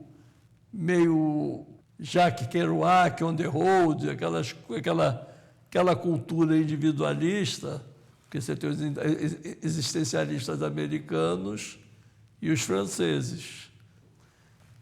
E os franceses, depois da Segunda Guerra Mundial, eles têm uma certa ojeriza a ter filhos, porque fazer filhos para o mundo em guerra, o mundo se dilacerando. E eu vivi essa crise francesa. E eu tinha muita dúvida de ter filho. E a minha mulher, a Ana Margarida, mãe da Ana Rosa, é que insistiu em ter filho. E chegou numa hora que ela falou, não, nós vamos ter filho. E aí nós tivemos a Nana e eu fotografei o parto dela. E eu só me lembro dele ter falado, se você se sentir mal, senta aí no chão.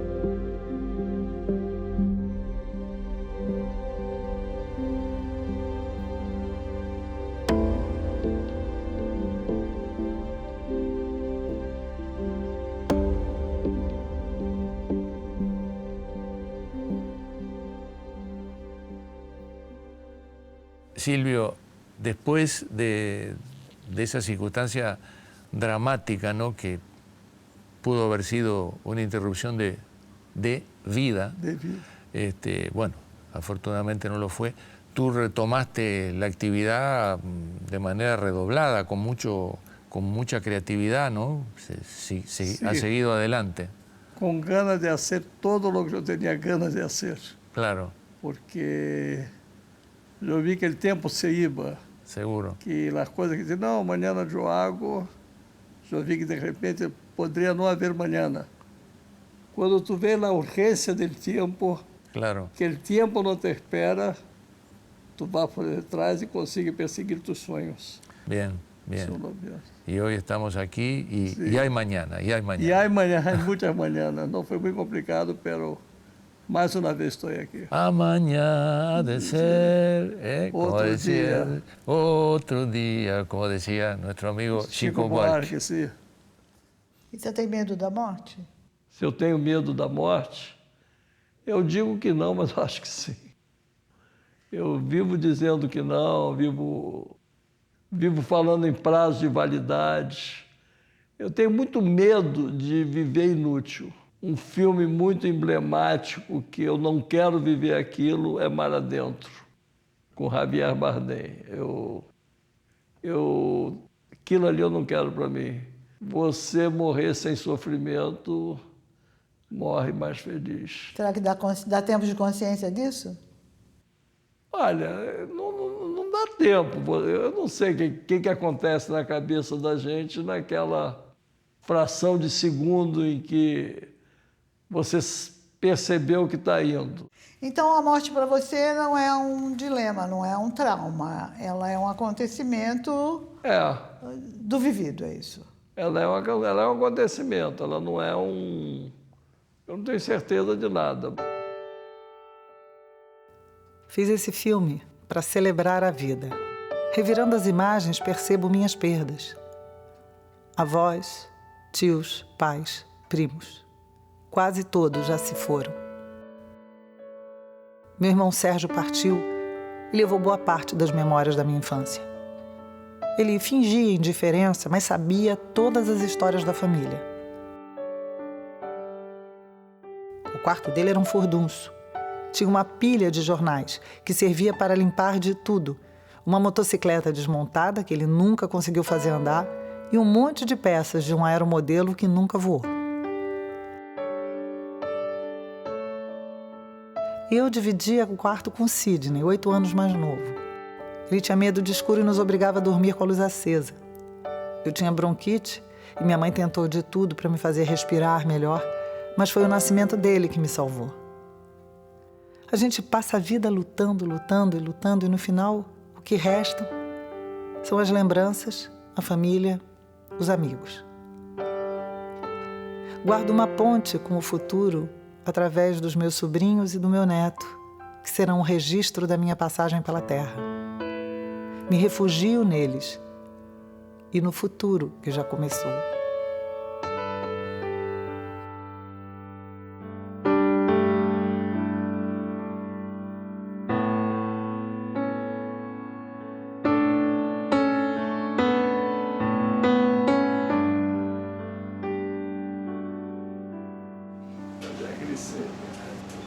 Da pensão.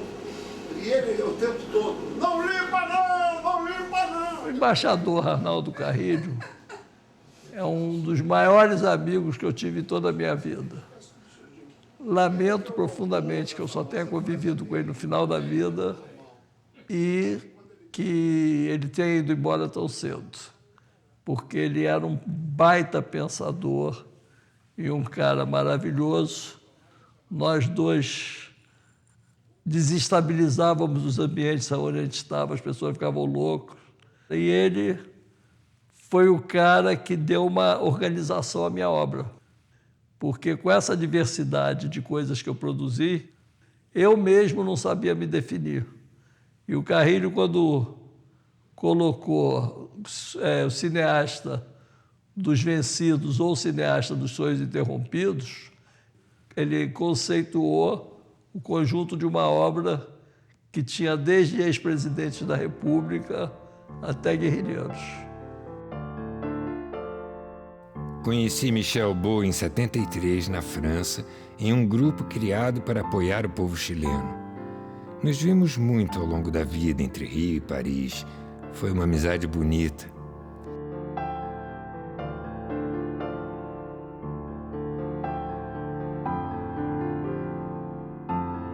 Em 2008, passei por Paris na volta do Catar, onde fui a um festival de cinema.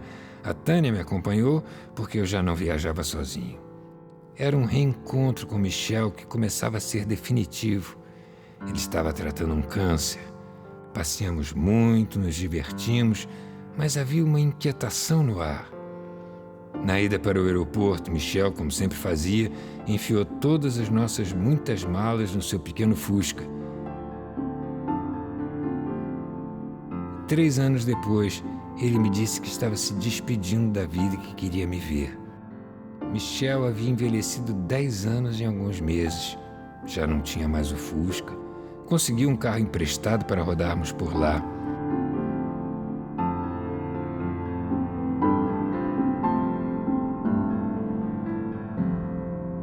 É muito bom envelhecer com os amigos, mas é triste quando eles vão ficando ao longo da caminhada.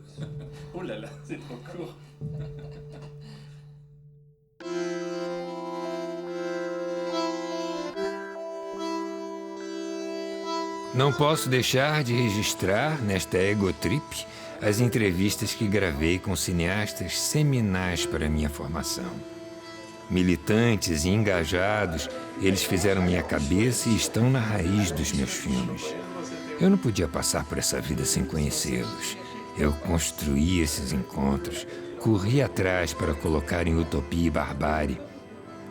Como uma memória da memória, elas voltam aqui, nas asas da Panam, para uma pequena homenagem. René Vautier lutou na resistência francesa durante a Segunda Guerra Mundial e anos depois passou a ser considerado traidor pela França por sua posição anticolonial. É um dos pais do cinema argelino. Um tiro pegou sua câmera e um pedaço da ferragem do equipamento ficou cravado em sua cabeça pelo resto da vida. André Heinrich é um acumulador como eu e guarda a memória do socialismo. Foi diretor assistente em Noite e Neblina, de Alain Resnais, e diretor de produção em Crônica de um Verão, de Jean Rouch e Edgar Morin.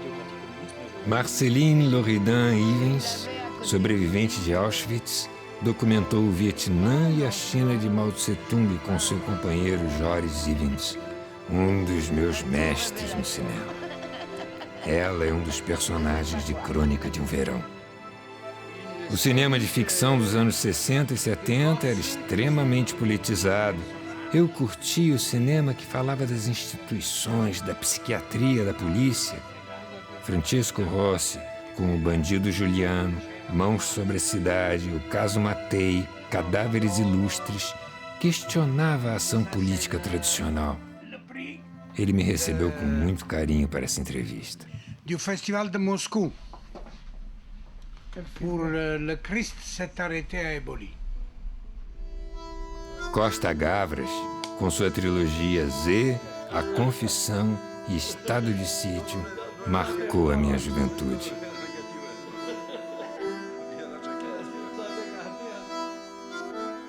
A Batalha de Argel, de Gilles Pontecorvo, fez a minha cabeça nos anos 70. O radicalismo político daqueles tempos não foi maquinado por cérebros diabólicos. Foi fruto de movimentos onde política e arte interagiam intimamente. Qual que é seu sonho de futuro? Meu sonho do futuro? Viver bem. Isso significa? Significa continuar fazendo meus filmes, dar umas viajadas. Provocar. Provocar sempre. Provocar é a razão de viver, né? E ver o que vai rolar por aí. Tem muito... Você tem alguma expectativa em relação a esse nosso país? Eu estou triste com o nosso país. Eu acho que o nosso país deu uma embicada para baixo, que eu estou muito triste. Você imaginar que foi um país de um sonho intenso, né? De uma vida bonita, e você ter esses medíocres aí destruindo o país, destruindo os sonhos, destruindo vidas, para nada. Qual é o balanço que você faz desse tempo? Rapaz, parece que as coisas foram afundando. As coisas vão ficando bastante difíceis. Queria dizer uma coisa. Durante os piores anos da ditadura, a década de 70 inteira, eu sobrevivi com o meu teatro com 2 autores, com o Ricardo III do Shakespeare e com o Galileu Galilei do Brecht. E eu estou acrescentando agora o Zaratustra, o Nietzsche, que é um pensador que fica cada vez mais contemporâneo, porque ele anunciou a tragédia do homem ocidental, da racionalidade exacerbada, né? Da falta de humanidade, do massacre dos afetos, do sentimento, da intuição, por uma certa racionalidade, uma pseudo-racionalidade. Eu acreditaria somente num Deus que soubesse dançar.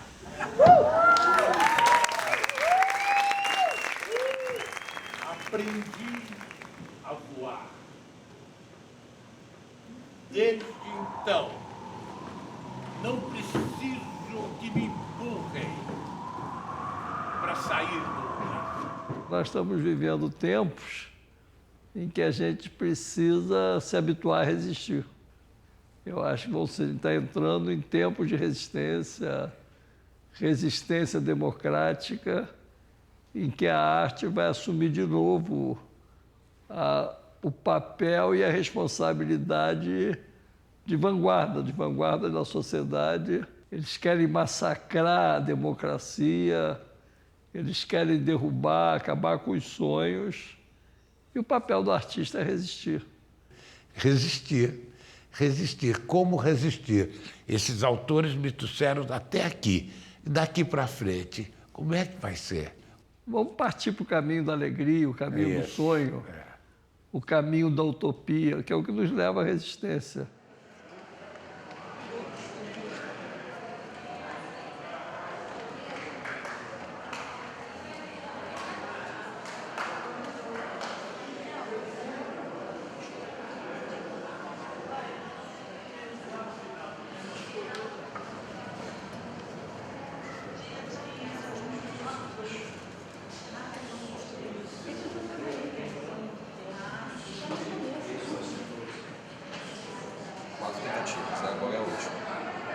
Tem outro dedo, não?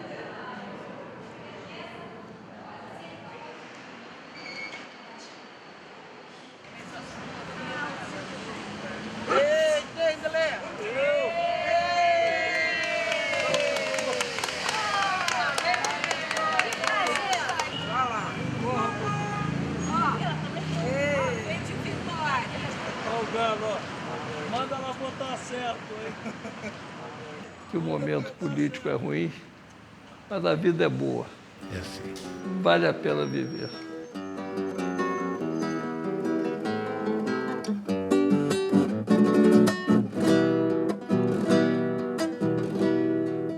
Dale tu mano al indio, dale que te hará bien y encontrarás el camino como ayer yo lo encontré.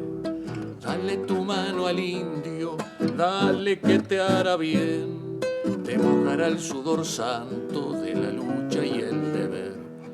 La piel del indio te enseñará todas las sendas que habrá de andar, mano de cobre te ha de mostrar toda la sangre que has de dejar.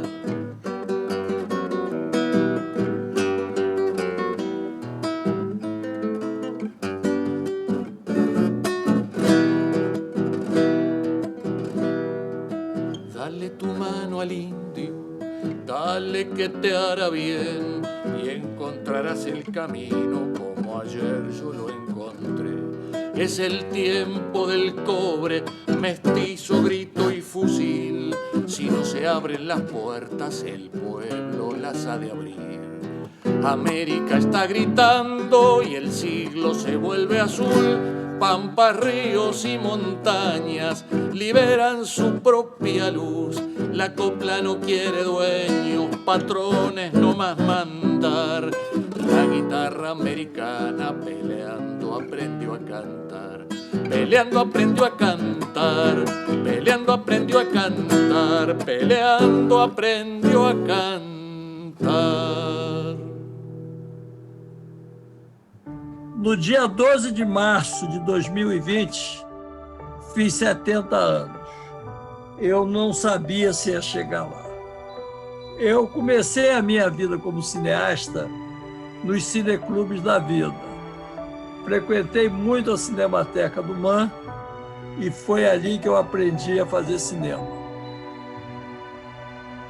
A Cinemateca, através do Ricardo Cota, gentilmente me cedeu os espaços, topou projetar nessa noite meu filme Nas Asas da Panã, e a sala estava lotada, cheia de amigos queridos, familiares, e a presença querida do Paulo César Pereio, que é um grande ícone do cinema brasileiro, além de todas as pessoas que foram lá para comemorar.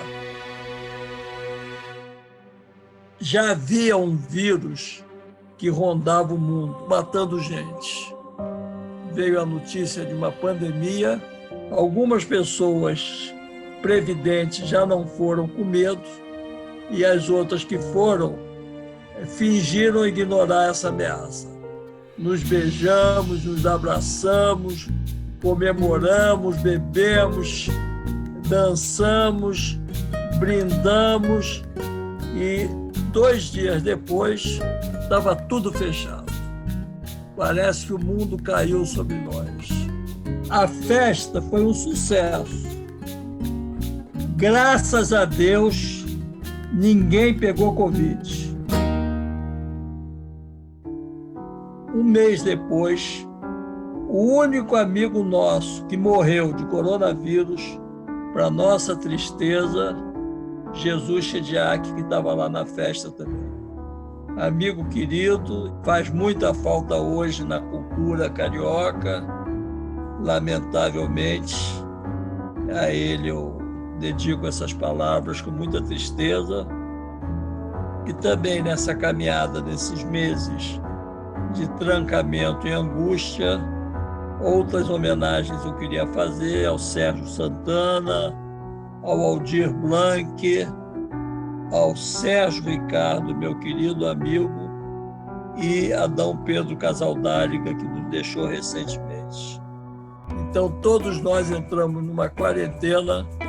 A Caliban, no espírito de autopreservação, foi toda para home office e nós estamos trabalhando 5 meses depois, trancados, cada um na sua casa.